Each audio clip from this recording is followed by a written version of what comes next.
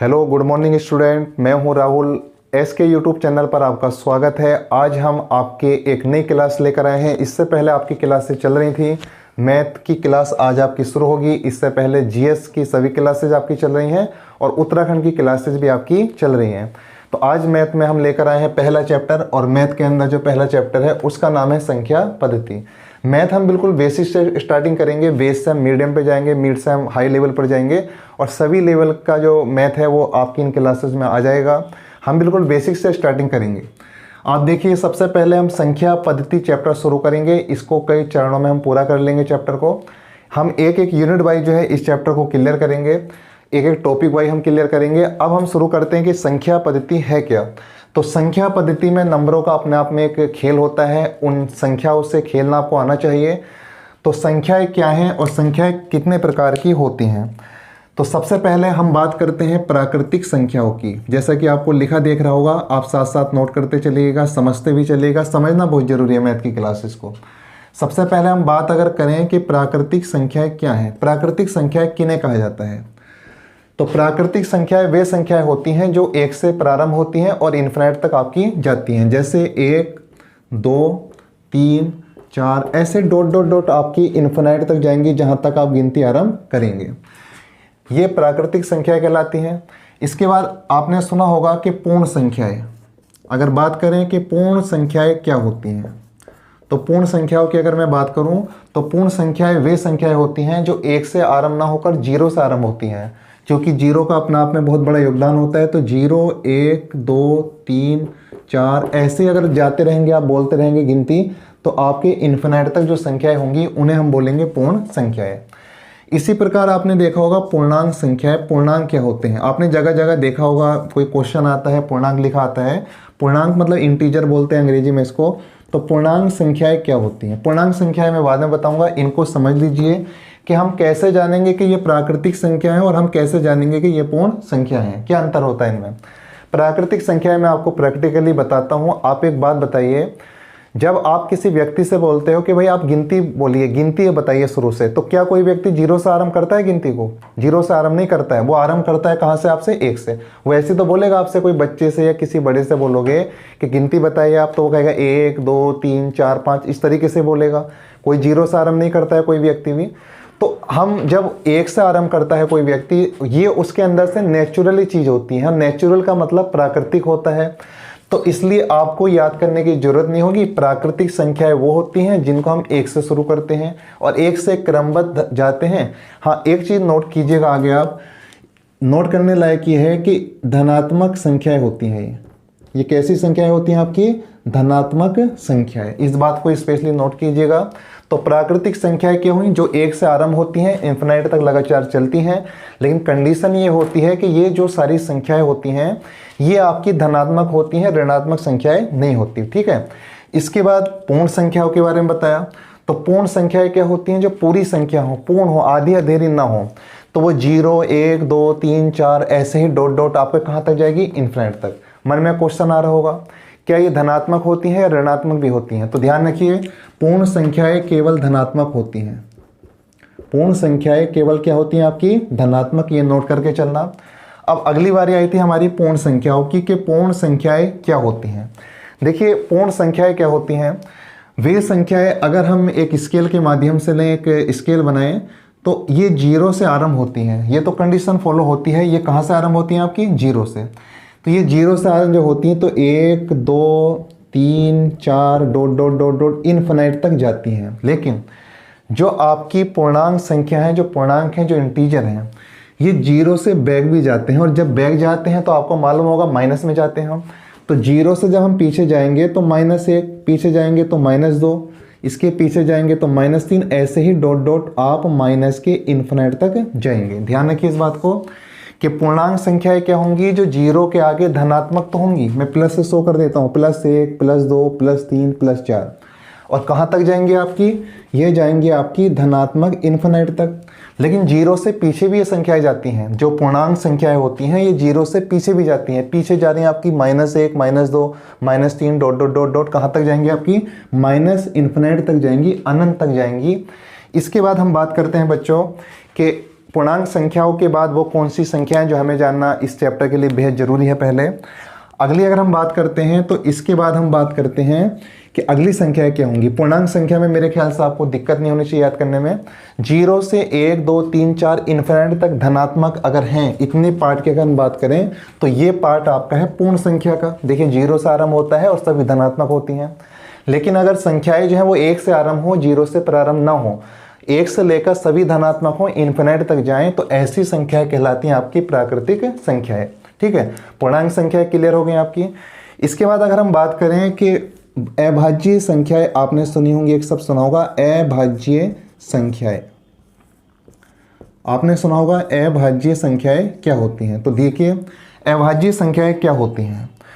तो अभाज्य संख्याएं अगर हम बात करें, कभी कभी आपसे क्वेश्चन एग्जाम में देता है कि निम्न में से अभाज्य संख्या कौन सी है, या कभी कभी देता है कि अभाज्य संख्याओं का योगफल कितना होगा, वो गिनती दे देगा। तो पहले हम ये समझ लेते हैं कि अभाज्य संख्याएं होती क्या हैं। ठीक है, तो अभाज्य संख्याओं को हम ऐसे डिफाइन करेंगे, वे संख्याएं जो स्वयं से भी विभाजित हो जाएं, स्वयं से भी कट जाएं, और स्वयं के अलावा वो सिर्फ एक से ही कटें। समझ रहे हैं मेरी बात आप? वे संख्याएं जो स्वयं से भी कटें, अब स्वयं से हर संख्या कट जाती है, और उसके अलावा एक से कटें। समझ रहे हो ना मेरी बात? तो वे संख्याएं जो स्वयं से भी कटें और एक से भी कटें। मैं थोड़ा लिख देता हूं, वे संख्याएं जो केवल, यहां पर कंडीशन लगाएंगे, केवल वे संख्याएं जो केवल स्वयं व एक से ही विभाजित हों, वे संख्याएं जो स्वयं व एक से ही विभाजित हों। ध्यान रखिए, वे संख्या केवल पर ध्यान दीजिए, केवल स्वयं व एक से ही विभाजित हों। ठीक है, अब आपको मालूम होगा, आप सोच रहे होंगे बच्चों कि हर संख्या जो है वो स्वयं से तो विभाजित हो जाती है और एक से भी विभाजित हो जाती है। बताइए कौन सी ऐसी संख्या जो एक से विभाजित नहीं होती है और स्वयं से भी हर संख्या विभाजित हो जाती है। आप कोई सी भी संख्या लो, अगर आप 79 भी लेते हो तो 79 भी तो स्वयं से विभाजित हो जाती है। आप कोई सी भी संख्या उठा लो, 78 ले लो, 11 ले लो, 9 लो, कोई सी भी संख्या लो आप, सभी संख्याएं स्वयं से विभाजित हो जाती हैं और एक से भी हर संख्या विभाजित हो जाती है। तो हमारी अभाज्य संख्याएं वो होती हैं, वे संख्याएं जो केवल स्वयं वे एक से ही विभाजित हों, अन्य किसी से विभाजित न हों। अब भाई देखिए, अब मुझे एक बात बताओ, अगर मैं इसके एग्जाम्पल लेता हूँ, उदाहरण लेता हूँ अभाज्य संख्याओं के, तो आप मुझे बताइए कि क्या दो अभाज्य संख्या है या भाज्य संख्या है। आप बताइए कि दो जो है भाज्य संख्या है या अभाज्य संख्या है। हमारी थ्योरी क्या थी? वे संख्याएं जो केवल स्वयं वे एक से ही विभाजित हों, एक से ही विभाजित हों। ठीक है, मतलब अन्य किसी संख्या से विभाजित न हो, ऐसी संख्याएं अभाज्य संख्याएं बताई मैंने आपको। अब दो की बात करते हैं। अब मुझे एक बात बताइए, मेरी कंडीशन ये थी कि वो संख्या स्वयं से विभाजित होनी चाहिए या एक से होनी चाहिए। दो बताइए कि दो स्वयं से विभाजित होती है, एक से भी विभाजित होती है, पर मुझे ये बताइए कि इसके अलावा दो किस संख्या से विभाजित होती है? नहीं होती ना। तो दो कैसी संख्या होगी आपकी? अभाज्य संख्या होगी। अगर मैं बात करूँ 3 की, बताइए 3 भाज्य संख्या है अभाज्य संख्या है? 3 भी अभाज्य संख्या है, क्योंकि 3 जो है 3 से विभाजित हो जाएगी, 3 स्वयं मतलब 1 से विभाजित हो जाएगी, इसके अलावा किसी अन्य संख्या से विभाजित नहीं होगी। ठीक है, अगर मैं बात करूं 4 की, क्या 4 अभाज्य संख्या है? तो ध्यान रखिएगा 4 अभाज्य संख्या नहीं है, क्योंकि आप देखो ये 4 जो है स्वयं से भी विभाजित हो रही है और 4 जो है 1 से भी विभाजित हो रही है। पर ये बताओ इसके अलावा किसी और से विभाजित हो रही है? हो रही है। किससे विभाजित हो रही है आपकी? 2 से। तो ये कैसी संख्या होगी आपकी? भाज्य, अभाज्य संख्या नहीं होगी। तो 2 भी अभाज्य, 3 भी अभाज्य, इसके अलावा जो अभाज्य संख्या आएगी वो आएगी आपकी 5। 5 के बाद देखेंगे तो 7 आएगी। 7 के बाद अगर 9 आएगी, नहीं आएगी? 9 नहीं आएगी, क्योंकि 9 जो है स्वयं से भी कटेगी, 1 से भी कटेगी, लेकिन इसके अलावा 3 से भी विभाजित होगी।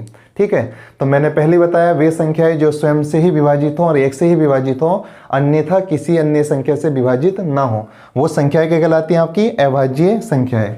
तो 2, 3, 5, 7, इसके बाद 11 ले सकते हैं आप, 13 ले सकते हैं, 15 नहीं लेंगे क्योंकि 15 जो है 1 से भी, 15 से भी, इसके अलावा 3 से भी कट रही है और 5 से भी कट रही है, तो ये संख्या जो है अभाज्य संख्या नहीं होगी।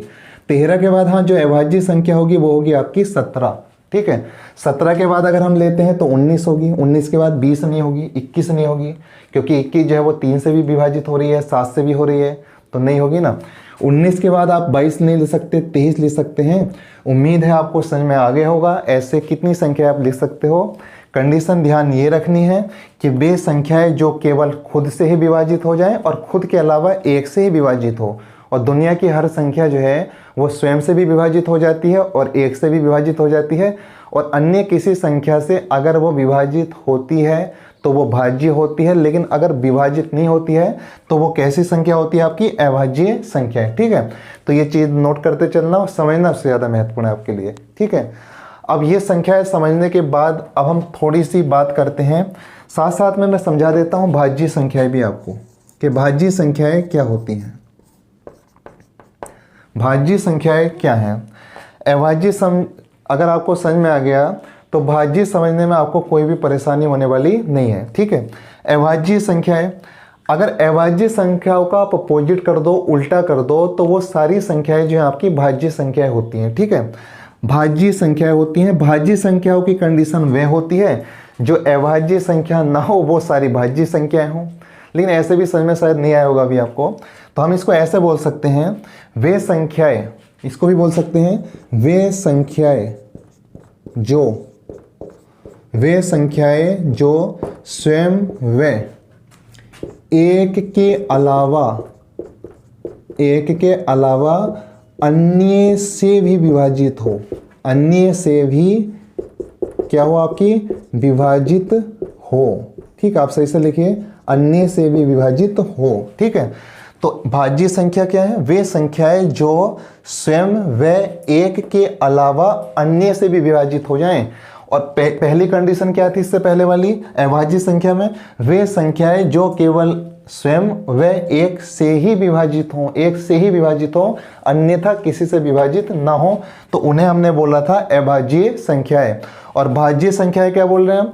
वे संख्याएं जो स्वयं व एक के अलावा अन्य से भी विभाजित हों। समझ रहे हो ना मेरी बात? जैसे एग्जाम्पल मैं लेता हूँ आपका, जैसे 3, तो 3 तो नहीं होगी, एग्जाम्पल लेता हूं मैं 4 से। ठीक है, मैंने 4 से ही क्यों स्टार्टिंग करा, 2 से या 3 से स्टार्टिंग क्यों नहीं करा? मन में आ रहा होगा क्वेश्चन, क्योंकि 2 अभाज्य संख्या है, और अभाज्य इसलिए है क्योंकि वो स्वयं से और 1 से कटती है, अन्य किसी संख्या से नहीं कटती। ठीक है, मैंने 3 से स्टार्टिंग क्यों नहीं करा भाज्य संख्याओं को? क्यों? क्योंकि आपने अभी समझा है कि 3 भी अभाज्य संख्या है। अभाज्य इसलिए है क्योंकि वो स्वयं से और 1 से ही विभाजित होते हैं, अन्य किसी संख्या से विभाजित नहीं होती है। ठीक है, 4 के बाद अगर मैं देखूंगा तो 5 तो आपकी अभाज्य होती है, इसके बाद 6 आ जाएगी आपकी, 8 आ जाएगी, 9 भी आ जाएगी। यहाँ सम विषम का चक्कर मत देखना, 9 इसलिए आ जाएगी क्योंकि आप 9 देखो, 9 जो है 1 से भी कट जाएगी, स्वयं से भी कट जाएगी, पर इसके अलावा 9 जो है वो 3 से भी विभाजित हो जाती है। और हमारा जो फॉर्मूला है, हमारा जो कॉन्सेप्ट है वो ये कहता है कि भैया भाज्य संख्याएं क्या हैं? वे संख्याएं जो स्वयं और 1 के अलावा अन्य से भी विभाजित हो जाएं। तो 9 जो है आपका वो 1 से भी विभाजित हो रहा है, स्वयं से भी हो रहा है, लेकिन अन्य संख्या से भी विभाजित हो रहा है, और उन्हीं संख्याओं को हम क्या कहते हैं? आपकी भाज्य संख्याएं। ठीक है, तो 9 भी आपकी भाज्य होगी। 9 के बाद देखें तो आपकी संख्या 10 भाज्य हो जाएगी। ठीक है, 11 नहीं होगी, 11 के बाद 12 हो जाएगी, 13 नहीं होगी आपकी, 14 हो जाएगी, 15 भी हो जाएगी। ऐसे ही आपकी क्रम से आप संख्याएं देख सकते हो नियम के अनुसार। ठीक है, तो प्राकृतिक संख्याएं, पूर्ण संख्याएं, पूर्णांक संख्याएं, अभाज्य संख्या और भाज्य संख्याएं, उम्मीद है आपको समझ में आई होंगी। ठीक है, प्राकृतिक संख्याएं जो 1 से आरंभ हो, धनात्मक कंडीशन होती है सबकी, और 1 से लेकर जहां तक भी आप गिनती करते हो। ठीक है, इसके अलावा पूर्ण संख्याएं वो होती हैं जो 0 से आरंभ होती हैं। ठीक है, इन्फिनाइट तक होती है, कंडीशन धनात्मक होती है इनमें भी। ठीक है, पूर्णांक संख्याएं क्या होती हैं? इंटीजर नंबर्स क्या होते हैं? यहाँ ये होता है कि 0 से आरंभ होती हैं और इन्फिनाइट तक धनात्मक जरूर होती हैं, पर इसके अलावा ये पीछे की ओर को भी जाती है, -1, -2, -3। समझेंगे ऐसे हम। एक बात बताओ, जैसे कोई आपका पैसा है किसी पर और आपको उससे पैसे लेने थे, तो आप कोई कारोबार करते हो, तो वो आपको देकर गए हैं, मान लीजिए आपको वो देकर गए हैं 100 रुपये। ठीक है, अब आपको इस समझ में नहीं आया कि यार वो 100 रुपये लेकर गए हैं मुझसे, देकर गए, आप व्यवसायी हो, आपसे उधार लेता था पैसे वो, अब आपने 100 रुपये लिख दिया, अब 100 रुपये समझ में नहीं आया कि 100 रुपये लेकर गया या देकर गया। तो अगर आप प्लस लगा देते हो तो आप समझ जाते हो कि 100 रुपये वो जमा करके चला गया। और अगर जब आप इसी चीज़ को माइनस करके 100 लिख देंगे तो उस समझ में हमको आ जाएगा कि हाँ उस पर हमारे पैसे अभी रह गए हैं। ठीक है, इसलिए ही पूर्णांक संख्याएं बनाई गई थी ये। तो इसके बाद हम पहला अब यूनिट शुरू करते हैं। मुझे थोड़ा संख्याओं के बारे में बेसिकली आपको ये बताना था, जो बहुत छोटे स्तर से होता है। ठीक है, तो इसको नोट करने के बाद और समझना बहुत ज़रूरी है। और साथ साथ में अपनी मैथ की बुक से RS अग्रवाल या जो भी बुक्स आपके पास होंगी, राकेश यादव की बुक्स या जो भी होंगी, उनसे आप साथ साथ में प्रैक्टिस करते चलेंगे। मैं आपको एक एक टाइप के 4-4, 5-5 क्वेश्चन कराता रहूँगा। ठीक है, तो हम अब सही से चैप्टर शुरू करते हैं कि इस चैप्टर की शुरुआती हम जो करेंगे वो करेंगे आपका यूनिट डिजिट से। ठीक है, यूनिट डिजिट का मीन होता है इकाई का अंक ज्ञात करना। इकाई का अंक, किसी भी संख्या जो है उसका इकाई का अंक कैसे ज्ञात करते हैं, इकाई का अंक क्या होता है। ठीक है, तो आप पहला जो इसके अंदर पढ़ोगे वो पढ़ोगे यूनिट डिजिट। यूनिट डिजिट का मतलब मैं हिंदी में लिख देता हूँ। यूनिट डिजिट का मीन होता है आपका इकाई का अंक ज्ञात करना। इकाई का अंक ज्ञात करना। ठीक है, इकाई का अंक ज्ञात करना। ठीक है, जरूरी नहीं एग्जाम में यही बोलेगा कि इकाई का अंक ज्ञात कीजिए फला संख्या का, वो साथ में ही बोलता है कि संख्या का अंतिम अंक ज्ञात करना। ठीक है, तो ऐसे आपको कन्फ्यूजन नहीं होना है। अंतिम अंक ज्ञात करना। ठीक है, तो ये आज हमारा टॉपिक होगा जिसको आज हम क्लियर करेंगे कि इकाई का अंक हम कैसे ज्ञात करते हैं। इकाई का अंक ज्ञात करना या बोल सकता है किसी भी संख्या का अंतिम अंक ज्ञात करना। ठीक है, चलिए शुरू करते हैं। आपके पास मान लीजिए कोई संख्या है, संख्या मैंने दे दी आपको 2153। ठीक है, मैंने कोई संख्या आपको दे दी है 2153। ये बहुत साधारण सी बात है। आपसे मैं कहूँ कि बताइए इसमें इकाई का अंक कौन सा है, तो आप क्या बोलोगे, 3 है। ठीक है, बहुत साधारण सा एक क्वेश्चन मैं आपसे पूछ रहा हूँ कि ये 2153 जो लिखा है, इस 2153 में इकाई का अंक क्या है। ठीक है, तो समझिए 2153 में इकाई का अंक क्या है आपका, 3 है। ठीक है, अब ऐसे हम समझते हैं आगे को। आपसे मैं एक संख्या आपसे मैं इसी क्वेश्चन में बोल दूं कि निम्न संख्या में, मैं आपसे बोल देता हूं कि निम्न संख्या में अंतिम अंक ज्ञात करें, तो अंतिम अंक का मतलब वही तो है जो इकाई का अंक है। तो आपको एक तो जो एग्जामिनर है उसकी भाषा पे ध्यान देना है, रटनी नहीं है चीज़ें। ठीक है, अब आपसे एक संख्या और लिख देता हूं। मैंने लिखा 4148। तो 4148 में अगर आप बताएं तो 4148 में अंतिम अंक कौन सा है आपका, सीधी सी बात है 8 है। या मैं कहूं कि 4148 में इकाई का अंक क्या है आपका, तो भी आप 8 ही बताओगे नहीं बताओगे। तो ध्यान रखिए, अगर एग्जामिनर बोलता है कि निम्न संख्या में अंतिम अंक ज्ञात करें, या इसको ऐसे बोल सकता है कि निम्न संख्या में इकाई का अंक कौन सा होगा। ठीक है, तो इस इकाई के अंक के बारे में एक बेसिक प्रैक्टिकली और जानते हैं हम। आपसे कोई संख्या मैंने लिखी है कि 23 गुणा 56। ठीक है, मैंने आपको एक क्वेश्चन दिया है कि 23 गुणा 56। अब आप मुझे एक चीज़ बताइए, मैं आपसे कह दूं कि 23 गुणा 56 में इकाई का अंक ज्ञात कीजिए। मैंने आपसे बोल दिया 23 गुणा 56 में इकाई का अंक क्या होगा। ठीक है, अब आप क्या करोगे, आप गुणा करोगे। 23 गुणा कितना आएगा आपका 56। पर एक बात सोचिए, जब आप गुणा करोगे तो हमें चाहिए कौन सा अंक, केवल इकाई का अंक चाहिए। तो मैं गुणा करता हूँ, 6 तिया 18, हंसी लगा 1, 6 दूनी 12, 1 कितना हो जाएगा 13। फिर हम यहाँ गुणा का चिन्ह लगाते हैं, फिर हम गुणा करते हैं बाद में 5 तिया 15, 5 दूनी 10 और 1 कितना हो जाएगा 11। लेकिन एक बात बताओ, एक बात नोट करो उसके अंदर कि हमें अंक कौन सा चाहिए, संख्या का गुणनफल के संख्या का अंतिम अंक चाहिए। अंतिम अंक को ही हम क्या बोल रहे हैं, बोलिए इकाई का अंक बोल रहे हैं। तो अगर मैं यहाँ उतारूंगा तो ये 8 आएगा, 5 और 3 8 आएगा, 1 और 1 2 आएगा और 1 1 1 आएगा। तो इतना मैंने गुणा करा, फिर मैं देख रहा हूँ मुझे चाहिए कौन सा अंक, इकाई का अंक। तो वो तो मेरे यहीं आ गया 6 तिया 18। और हमको मालूम है हम आगे कैलकुलेशन करते रहें, क्योंकि इसके नीचे कोई संख्या नहीं लिखते, हम इसके नीचे कोई भी संख्या नहीं लिखते गुणा में, हम क्रॉस का चिन्ह लिखते हैं, गुणा का चिन्ह लिखते हैं। तो वही तो संख्या इकाई का अंक होगा। 1288 में इकाई का अंक बताइए, 8 ही तो आ रहा है, ये वाला 8। तो हम इतना लंबे प्रोसीजर में क्यों जाएं, हम क्यों ना सीधी इनकी इकाइयों के अंकों की गुणा कर लें। 6 तिया 18 और 18 का हमें मालूम है इकाई का अंक कौन सा होगा, 8 होगा। ठीक है, तो ये बेसिक चीज़ भी जाननी आपके लिए बहुत ज़्यादा ज़रूरी है।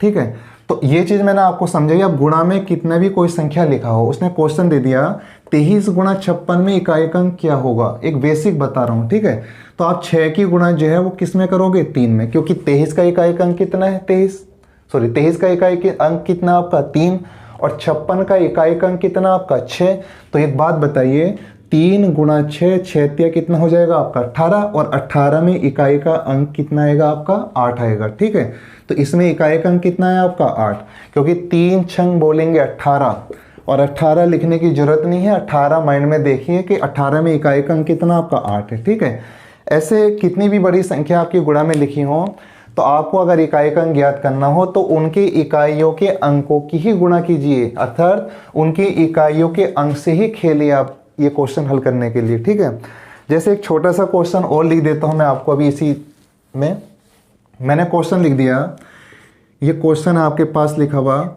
कि, सॉरी एक मिनट, क्वेश्चन मैंने लिखा कि भाई 85 गुणा 44 गुणा मैंने लिख दिया आपका 45। ठीक है, अब आपसे ये क्वेश्चन बोल दिया उसने कि 85 गुणा 44 गुणा 45 में इकाई का अंक क्या होगा।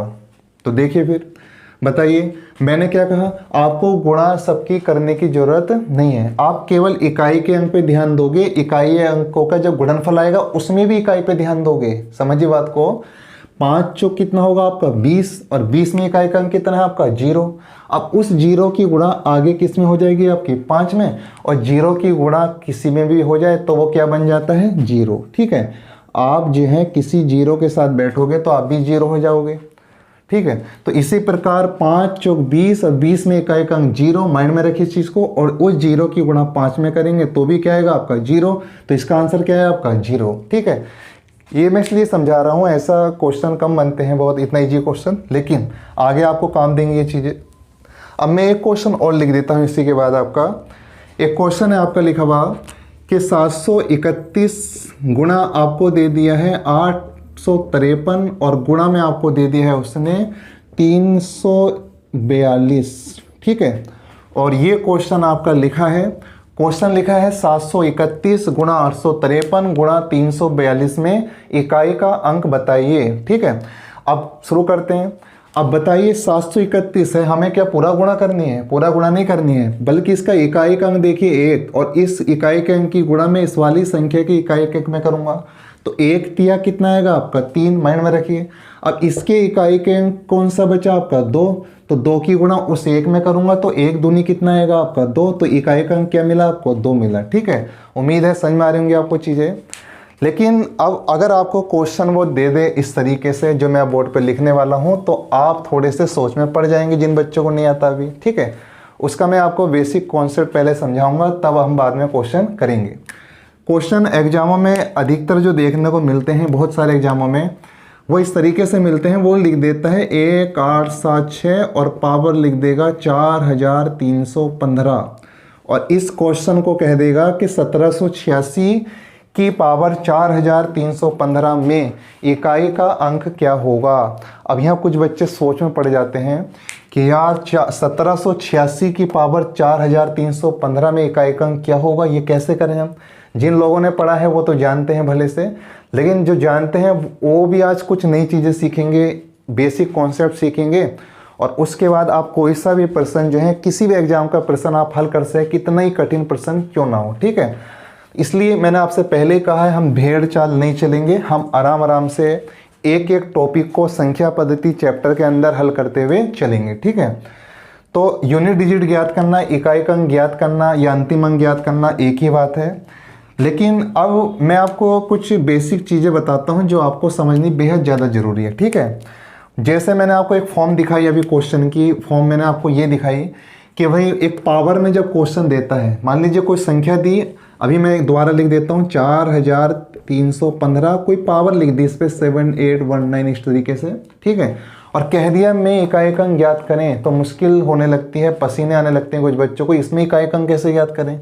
अगर वैसे देता तो हम बता देते इकाई का अंक क्या होगा। ठीक है, ये पावर क्यों चढ़ा दी उसने, भाई वो क्वेश्चन देगा आपको इससे। ठीक है, तो मैं आपको कुछ बेसिक चीज़ें बताता हूँ, वो नोट करते चलनी है और समझनी भी बहुत ज़रूरी है, ठीक है। मान लीजिएगा अगर मैं पहला आपको टाइप बताता हूँ, ठीक है। आपने शुरू में जाना था कि संख्याएं की संख्या 9 होती है। संख्याएं जो हैं वो 0 से आरंभ होती हैं और 9 तक होती हैं। 10 संख्याएं होती हैं तो पूर्ण संख्याएं जो होती हैं, ठीक है। तो 0, 1, 2, 3, 4, 5, 6, 7, 8, 9, ठीक है। कोई भी जब संख्या आपको लिखेंगे, चाहे कितने हजार लिखो, लाख लिखो, करोड़ लिखो, अंत में इकाई में ज़्यादा से ज़्यादा क्या लिखा हो सकता है, या तो 0 या 1, 2, 3, मतलब 9 तक ही लिखा हो सकता है। इससे ज़्यादा तो कोई संख्या बनी नहीं है। तो उसके लिए हम कुछ कॉन्सेप्ट लाए हैं जो आपको प्रश्न हल करने में बहुत आसानी होगी, ठीक है। तो जैसे मैं अगर बात करूं पहले कॉन्सेप्ट की, कॉन्सेप्ट नंबर 1, ठीक है। कॉन्सेप्ट नंबर 1 ये कहता है अगर कोई संख्या है, चाहे वो कितने भी अंकों में उसने दी है, ठीक है।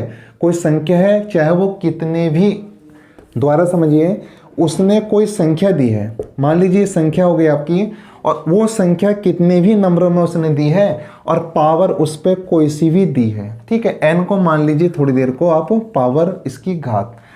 अब ये रूल जो होगा आपको, आप लिख सकते हो रूल नंबर 1 कर। ये जो रूल आपको बताऊंगा ये मैं किन संख्याओं के लिए बताऊंगा। अगर लास्ट में 0 हो संख्या के, लास्ट में 1 हो संख्या के, या लास्ट में 5 हो संख्या के, या लास्ट में जो है संख्या के कितना हो आपके 6 हो। सही से लिख देता हूँ मैं, 0 हो, 1 हो, 5 हो या 6 हो। अगर इन संख्याओं की बात आ रही है क्वेश्चन में, आपको कुछ नहीं करना है, सिर्फ देखना है और देख के क्वेश्चन को टिक लगाना है, ठीक है। तो पहले अगर 0, 1, 5 या 6 अगर किसी संख्या के अंत में है, मान लीजिए संख्या है और यहाँ लिख दिया उसने 0, समझिए इस बात को, या उसने यहाँ लिखा हो गया आपका 1, मतलब 2, 1, 3 और यहाँ 1 है, या हो सकता है यहाँ 5 हो, या हो सकता है यहाँ क्या हो आपका 6 हो। अगर किसी संख्या में लास्ट में इकाई के अंक पर 0 हो या 1 हो या 5 हो या क्या हो आपका 6 हो, तो उसमें क्या करना है आपको, और पावर कोई सी भी हो, ठीक है। पावर का नाम रख देते हैं n, ठीक है। तो इस प्रकार के प्रश्नों में इकाई का अंक हमेशा जो होगा वही संख्या होगा। समझो मेरी बात। मान लीजिएगा पहली चीज ये है कि कोई संख्या लिखी है, उसमें इकाई का अंक 1 है लास्ट में और उसने पावर चढ़ा रखी है ऊपर, तो उसमें इकाई का अंक आंख बंद कर आपको 1 ही बताना है, ठीक है। क्यों बताना है उसका भी कारण बताऊंगा मैं। मान लीजिएगा दूसरी चीज, ये पहली चीज हो गई आपकी। अगर मैं दूसरी चीज की बात करूं, मान लीजिए कोई संख्या लिखी, पता नहीं कितने अंकों की है, और उसमें लास्ट में लिखा हुआ है, सॉरी यहाँ 0 का रूल चलते हैं पहले हम, 0 है तो उसका इकाई का अंक भी क्या आएगा आपका 0 ही आएगा। लेकिन अगर 1 है आपका और पावर n है, पावर कोई भी हो, कोई संख्या है, उसका इकाई का अंक लास्ट में 1 है, तो वहाँ इकाई का अंक क्या होगा 1 ही होगा। अगर तीसरी बात करें हम, तीसरी, तो अगर इकाई का अंक उसने जो है कोई संख्या लिख दी ऐसे कर और इकाई की जगह है 5 लिखा हुआ, पावर n है, तो उसमें भी इकाई का अंक 5 ही होगा। और अगर बात करें चौथी संख्या की, चौथी संख्या क्या बताए रूल के थ्रू हमने 6, तो कोई संख्या आपकी लिखी हुई है और संख्या का अंतिम अंक अगर 6 दिखाई दे आपको और पावर ऊपर कोई सी भी हो, n हो, ठीक है, कोई सी भी पावर हो, n की जगह 30 हो, 50 हो, 250 हो, 1000 हो, कुछ भी हो, तो उसमें इकाई का अंक होगा आपका 6। अब बताइए ये चीज़ें समझ में आपको आई या नहीं आई, ठीक है। समझ में भी आएंगी जब आप इस पर डिपेंड क्वेश्चन हल करोगे। तो देखिए पहला चीज़ क्या बताई मैंने, पहला रूल जो है हमारा, फर्स्ट जो रूल है वो संख्या 0, 1, 5, 6 के लिए है। मतलब अगर इनमें से चारों में से कोई भी संख्या किसी भी संख्या के अंत में इकाई के अंक पे लिखी हुई है, यहाँ चाहे कुछ भी लिखा हो, कोई सी भी संख्या लिखी हो इन जगह पर, लेकिन अंत में 1, 5 या 6 अगर लिखा हो और पावर चाहे कोई सी भी हो, इसमें नोट करने लायक चीज़ ये है, n जो है चाहे सम हो या क्या हो आपका विषम हो, मतलब ओड हो या एवन हो। समझे मेरी बात आप। नोट करने लायक चीज़ है कि इस फॉर्मूले में, इस कॉन्सेप्ट में, यदि n चाहे सम हो या क्या हो आपका विषम हो, ठीक है, कोई फर्क नहीं पड़ता। बस होना ये चाहिए कि इस कोई भी संख्या जो दी हुई है आपकी ब्रैकेट के अंदर जिस पर पावर लगी होती है, उसके अंत में 0, 1, 5 या क्या होना चाहिए आपका 6 होना चाहिए। उम्मीद है चीज़ समझ में आ रही होंगी आपको। अगर मैं बात करूं अगले कॉन्सेप्ट की आपकी, तो इधर शुरू करते हैं हम अगला कॉन्सेप्ट, इसको नोट करते भी चलेगा आप। दूसरा जो कॉन्सेप्ट है वो क्या कहता है, ठीक है, नंबर 2, ये पहला हो गया आपका। दूसरा कॉन्सेप्ट दो संख्याओं के लिए कहता है, एक 4 के लिए कहता है और एक किसके लिए कहता है, 9 के लिए। क्या कहता है, अगर कोई संख्या है जिस पर घात है और उस संख्या के लास्ट में अंतिम अंक अगर 4 हो या क्या हो आपका 9 हो, ठीक है, तो उसके लिए क्या कंडीशन आपकी बनती है। तो इसको ध्यान दीजिए, इसके लिए कंडीशन क्या बनती है। मान लीजिएगा कोई संख्या उसने दी है, ये कोई संख्या है बड़ी सी, लेकिन अंतिम अंक 4 है और पावर क्या है आपकी n है, ठीक है। लेकिन यहाँ कंडीशन आपको याद रखनी पड़ेगी, ध्यान रखनी पड़ेगी, प्रैक्टिस कर क्वेश्चन। यहाँ दो कंडीशन काम करती हैं, ठीक है, कंडीशन दो काम करती हैं। n अगर सम होगा, या कह लो, पहले कह देता हूँ, n यदि क्या होगा आपका विषम होगा, पावर जो है घात जो है वो विषम हो और हो सकता है कि उसकी जो घात हो आपकी n वो सम हो, तो उस कंडीशन में क्या डायरेक्ट आंसर होगा। ऐसे आपका हो सकता है कोई संख्या है, संख्या के लास्ट में अगर 9 है, पावर n है, तो इसमें भी दो कंडीशन बनती हैं आपकी, ठीक है। इसमें दो कंडीशन बन सकती हैं। एक कंडीशन बन सकती है यदि m क्या है आपकी विषम हो, और एक कंडीशन हो सकती है कि n क्या है आपका सम हो। समझिए इस चीज़ को। 4 और 9 के लिए रूल ये कहता है कि यदि कोई संख्या है और संख्या के अंत में 4 है और उसकी होल पावर दी है आपको 9, उसकी होल पावर दी है आपको n, तो उस कंडीशन में आप क्या करेंगे, यदि n विषम भी हो सकती है संख्या और n जो है वो सम भी हो सकती है। समझ रहे ना बात। अब मैं इसको समझाता भी हूँ क्योंकि बेसिक कॉन्सेप्ट क्लियर होना बहुत ज़्यादा जरूरी है आपके लिए। इस कंडीशन में आंसर क्या होगा और इस कंडीशन में आंसर क्या होगा, ठीक है। अब 4 को अगर मैं ले लेता हूँ तो एक बात बताइए, मान लीजिएगा, थोड़ा रफली करते हैं कि 4 है ये, ठीक है, मैं 4 की पावर 1 लेता हूँ, 4 की पावर 2 भी हो सकती है, 4 की पावर 3 भी हो सकती है, 4 की पावर 1 भी हो सकती है, 2 भी हो सकती है, 3 भी हो सकती है, 4 भी हो सकती है, ऐसे कितनी भी हो सकती हैं। अब मैंने बताया यदि कोई संख्या है, संख्या के अंत में 4 है और होल पावर आपकी दी है n, तो इस कंडीशन में दो कंडीशन देखने को मिलती हैं, एक विषम वाली और एक आपकी सम वाली, ठीक है।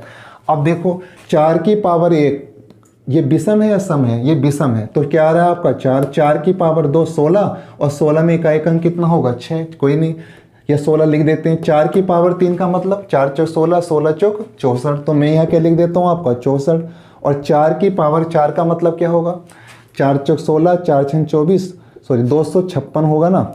अब एक चीज़ नोट करने लायक दिखाई दे रही है हमें कि अगर 4 की पावर 1 है और 4 की पावर क्या है 3 है, मतलब अगर घाते विषम हैं, अगर घाते क्या दिखाई दे रही है आपको विषम, तो उस कंडीशन में उस क्वेश्चन का आंसर 4 ही आएगा। आंख बंद कर सिर्फ लिखना है हमें।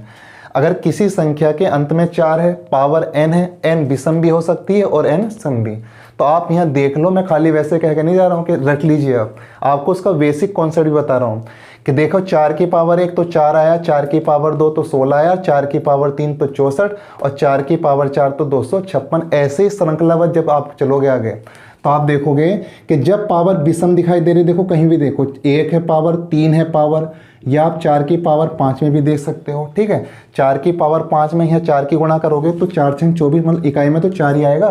तो अब देखो 1 हो पावर, 3 हो पावर या 5 हो, इकाई का अंक 4 ही मिल रहा है। नोट करने लायक है ना। और अगर पावर सम है, देखो 4 की पावर 2, 4 की पावर 4, 4 की पावर 6 आएगी, तो वहाँ अंतिम अंक क्या दिखाई दे रहा है आपको, बोलिए 6 दिखाई दे रहा है। समझ में आ रही है ना मेरी बातें आपको। तो इस कंडीशन में आंख बंद के आंसर क्या लगाना है आपको, 6 ही लगाना है। क्लियर है सबको। सेम टू सेम ये कंडीशन कहती है। अब यहाँ समझिए, ये नोट कर सकते हो, ये रफली है आपका साइड में। ये दूसरी कंडीशन क्या कहती है, 9 के लिए, ठीक है। 9 के लिए कोई संख्या कोई भी लिखी हो लेकिन अंत में 9 हो, होल पावर n हो, n विषम भी हो सकती है, सम भी हो सकती है। तो इस कंडीशन में विषम होने में क्या आंसर होगा डायरेक्ट, और सम होने में क्या होगा, समझिए इस चीज़ को। अब बताओ 9 है, अगर एक छोटा सा एग्जाम्पल लें, 9 की पावर 1 तो क्या आ रहा है 9, अगर 9 की पावर 2 लूँ तो क्या आ रहा है 81, 9 की पावर 3 लूँ तो 9 कम 9 और 9 अट्ठे कितना आएगा आपका 729 आ जाएगा। 9 की पावर 4 लेकर देख लो तो 9 नम 81, मतलब लास्ट में तो 1 ही आएगा। अब 9 की पावर 5 लेके देख लो तो फिर 9 कम क्या आएगा आपका 9 आएगा लास्ट में। पूरी संख्या भी लिख के देख सकते हो। तो आप एक चीज़ गौर कर रहे होंगे, जब पावर 1 देखो 3 देखो, 5 देखो, तो लास्ट में क्या दिखाई दे रहा है आपको? 9 दिखाई दे रहा ना। ऐसी बड़ी संख्या में होगा तो सीधा इस कंडीशन में आंसर वही संख्या हो जाएगी, इकाई का अंक। ठीक है, और आप नोट करो जब पावर है सम, तो बताओ क्या आ रहा है आंसर आपका? 1 आ रहा है। तो इस कंडीशन में डायरेक्ट आंसर क्या लिखेंगे हम? 1 लिखेंगे। उम्मीद है समझ में आ रहा होगा आपको। तो 4 और 9 के लिए रूल ये कहता है कि यदि कोई संख्या कितनी भी बड़ी हो, मैं डॉट डॉट लिख दिया, लेकिन अंत में 4 हो इकाई की जगह और पावर कितनी भी हो, लेकिन 2 कंडीशन फॉलो होती हैं। n विषम भी हो सकता है और n जो है आपका सम भी हो सकता है। कैसे हो सकता है? हालांकि मैं डायरेक्ट आपको ऐसे भी रटवा सकता था। मैं कह सकता था यदि ऐसी कंडीशन आए, विषम हो तो आंसर 4 होता है, जैसे किताबों में लिखा होता, n सम हो तो उस कंडीशन में आंसर 6 होता है। लेकिन वो समझ में नहीं आती चीज़ें। आप अगर भूल भी गए तो आप ऐसे करके आप समझ लोगे, किसी को पढ़ा भी दोगे आप। ठीक है, हमारा मकसद ये नहीं, अगर आप अच्छे पढ़ने वाले हो तो आपके और कॉन्सेप्ट क्लियर हैं, आप दूसरे को पढ़ा भी सकते हो। ठीक है, तो ये दोनों चीज़ें आपको समझ में आई होंगी। 0, 1, 5, 6 के लिए तो इससे भी ज़्यादा ही रूल था, सिर्फ आंसर ही लगाना देखकर।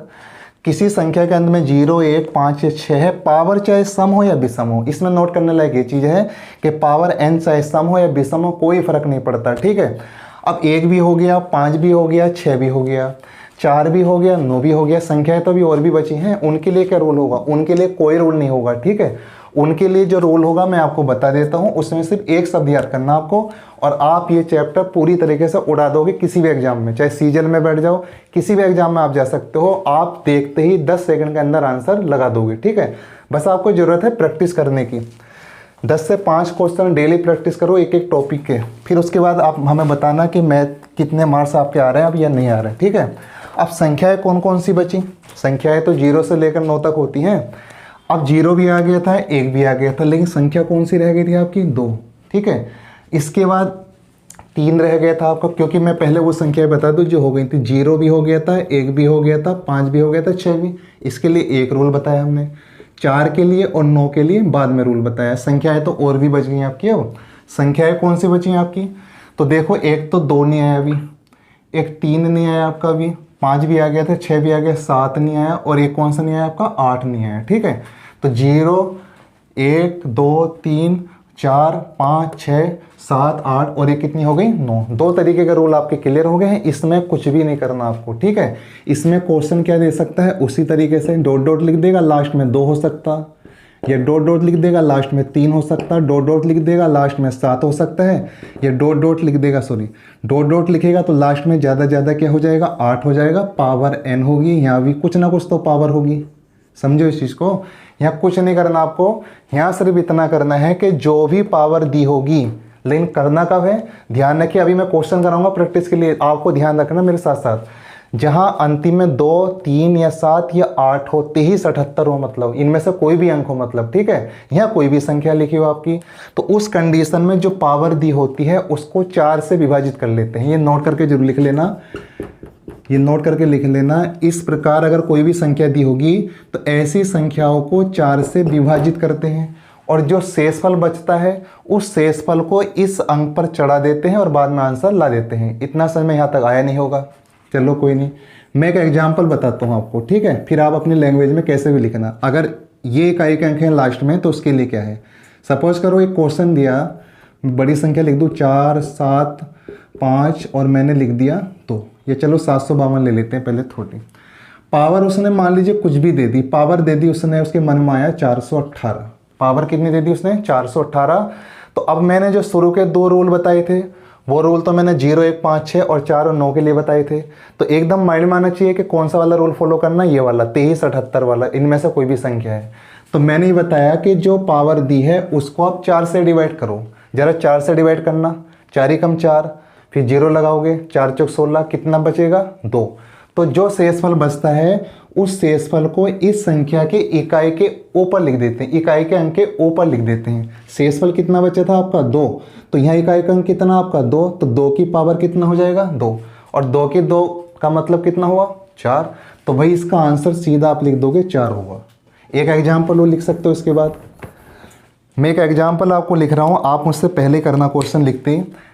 ये मैंने एग्जाम्पल लिखा आपका एक 3, 4, 5 और यहाँ मैं लिख देता हूँ आपका 7, ठीक है, इनमें से होनी चाहिए ना संख्या, और यहाँ मैंने लिख दिया है 182। इकाई का अंक बताना है भैया हमको। अब इकाई का अंक बताना है तो 3457 की पावर 182 इकाई का अंक देखना जरा। तो अब हम रोल क्यों लगा रहे हैं, 4 से विभाजित करने वाला, आंख बंद करके सभी संख्या में मत लगाना। ये देखना 2, 3 या 7 या 8 है लास्ट में तब लगाना है। 4 से डिवाइड करो, 4 चौक 16, कितना बचा 2, 22 हो गया, 4 पंजे 20, कितना बचा 2। तो मैंने बताया जो शेषफल बचता है उसे संख्या के इकाई के अंक पर लिखते हैं। अब इकाई का अंक 7 है तो शेषफल 2 बचा था तो 7 की पावर 2, और 7 की पावर 2 का मतलब क्या हो जाएगा आपका 49। ठीक है, अब 49 को देखें जरा, 49 में इकाई का अंक कितना निकल का है आपका 9, तो इस प्रकार 9 आंसर हो जाएगा। ठीक है, तो तीनों रूल उम्मीद है मुझे समझ में आए होंगे। आप वीडियो को रोक कर देख सकते हैं। अब मैं इन सारी चीज़ों पर आपको प्रैक्टिस कराता हूं कुछ क्वेश्चनों से। ठीक है, 2 से 4 क्वेश्चन मैं आज हल करा देता हूं आपके। ये नोट करते चलना अपनी कॉपी में साथ साथ, और याद रखने आपको चीज़ें, प्रैक्टिस से याद होंगी चीज़ें सभी। मैं 2 से 3 क्वेश्चन आपके हल के लिए बता देता हूं जो विभिन्न जगह एग्जामों में आए हुए हैं। ठीक है, 1 मिनट। तो आइए शुरू करते हैं। अभी इकाई का जो अंक अभी आपने सीखा था उसके बेसिक कॉन्सेप्ट आपने सीखे हैं, अब उस पर डिपेंड हम प्रैक्टिस करते हैं सभी टाइप के क्वेश्चन की आपकी। तो मैंने क्वेश्चन आपकी सुविधा के लिए लिख दिए हैं पहले, जिससे परेशानी ना पड़े बीच में वीडियो के।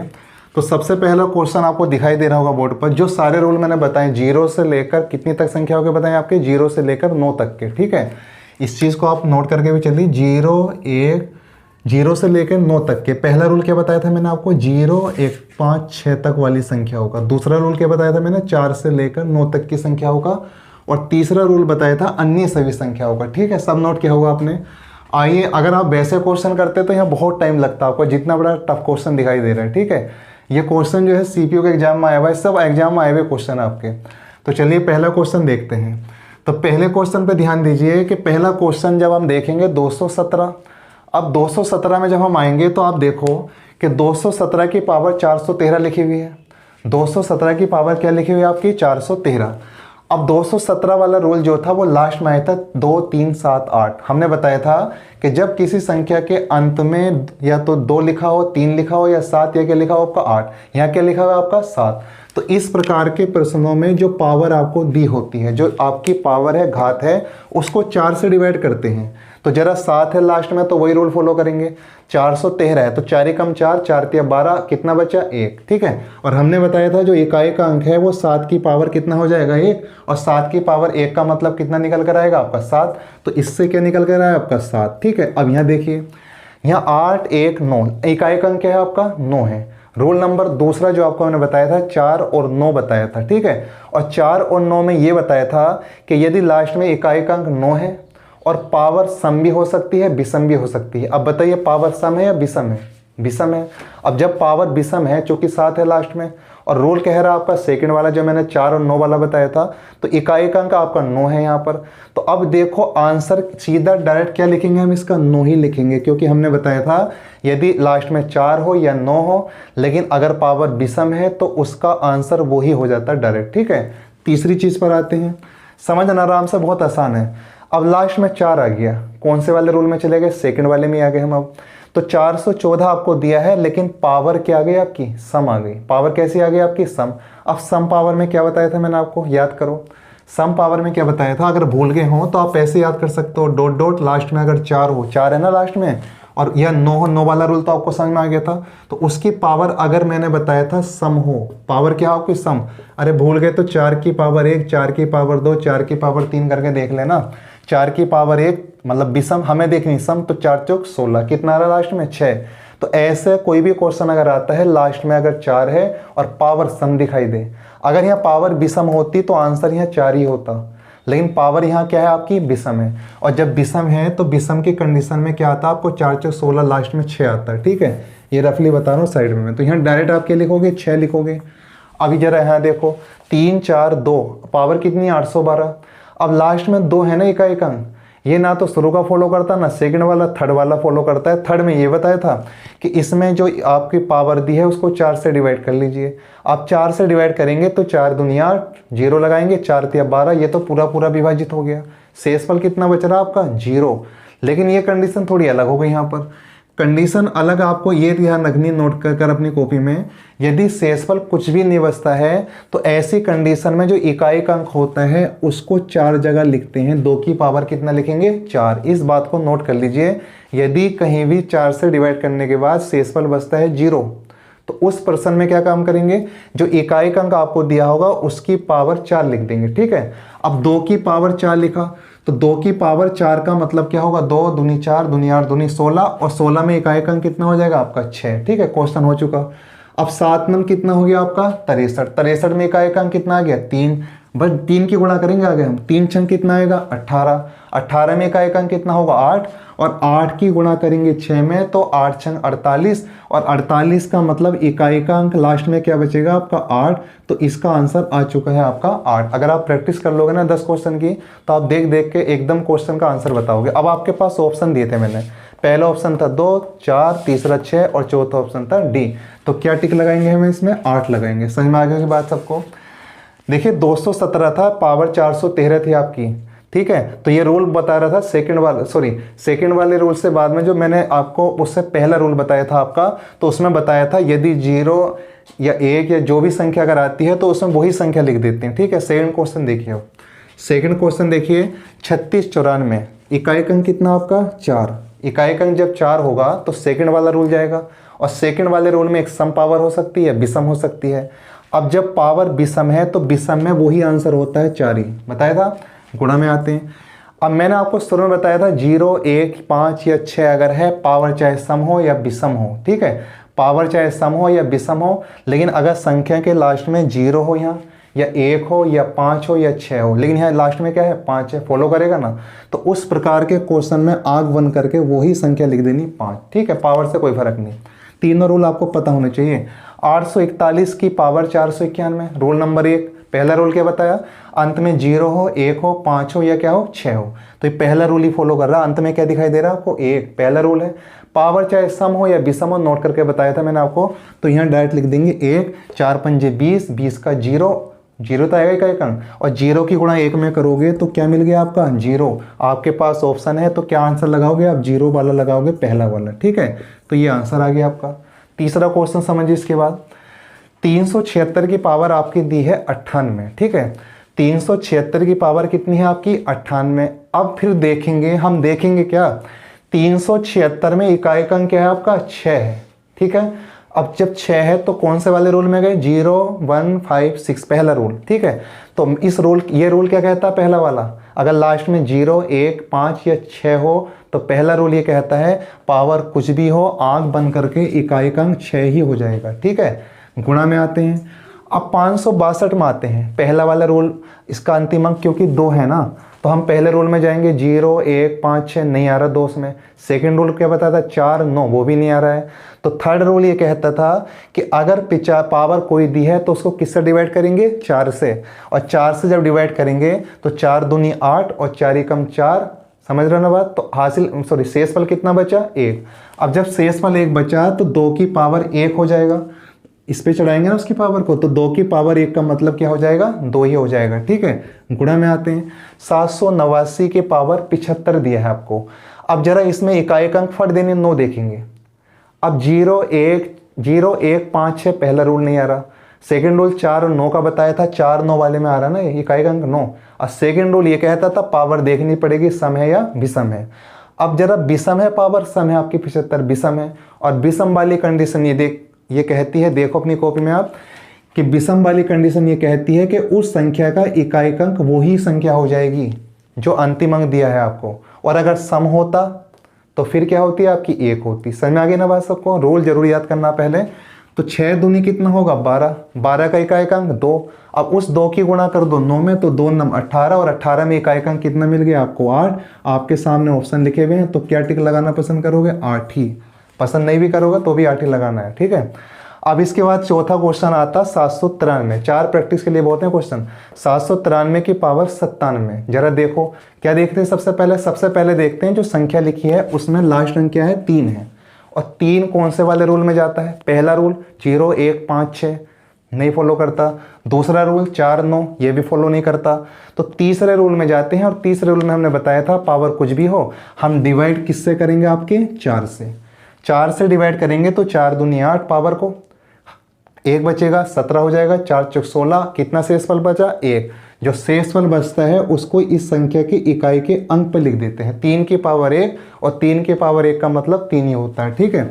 अब गुणा में आएंगे 576। सबसे पहले क्या देखते हैं किसी क्वेश्चन में, इकाई का अंक क्या है, हमारी नजर वहीं जानी चाहिए, 6 है। लेकिन 6 कौन से वाले रूल में बता, 3 रूल आपको बताया मैंने आपको। 0 1 5 6 पहला रूल था, तो 0 1 5 6 में 6 सात हो गया पहले रूल में। और पहला रूल ये कहता है कि अगर लास्ट में 0 1 5 या 6 है, आंख बंद कर कर पावर कुछ भी हो आपको वही लिख देना है 6। कोई दिक्कत किसी को। अब गुणा में आते हैं, इसके बाद इसका ऑपरेशन करते हैं। 974 की पावर है 85। नज़र कहाँ जाएगी सबसे पहले, अंतिम अंक पर 4 पर। ये ना तो 0 1 5 6 पर आता है और हाँ सेकंड पर आता है 4 9 पर। और सेकंड वाला रूल लेकिन ये कहता है पावर सम है या विषम है। सेकंड वाले रूल 4 9 जो बताया था आपको मैंने, तो पावर तो विषम है 85, और जब पावर विषम होती है तो वही संख्या का एक अंक होती है। तो कौन सी संख्या हो जाएगी, 4। 3 छंग 18, 18 का 8 और 8 चौक 32 और 32 का इकाई कितना आएगा 2।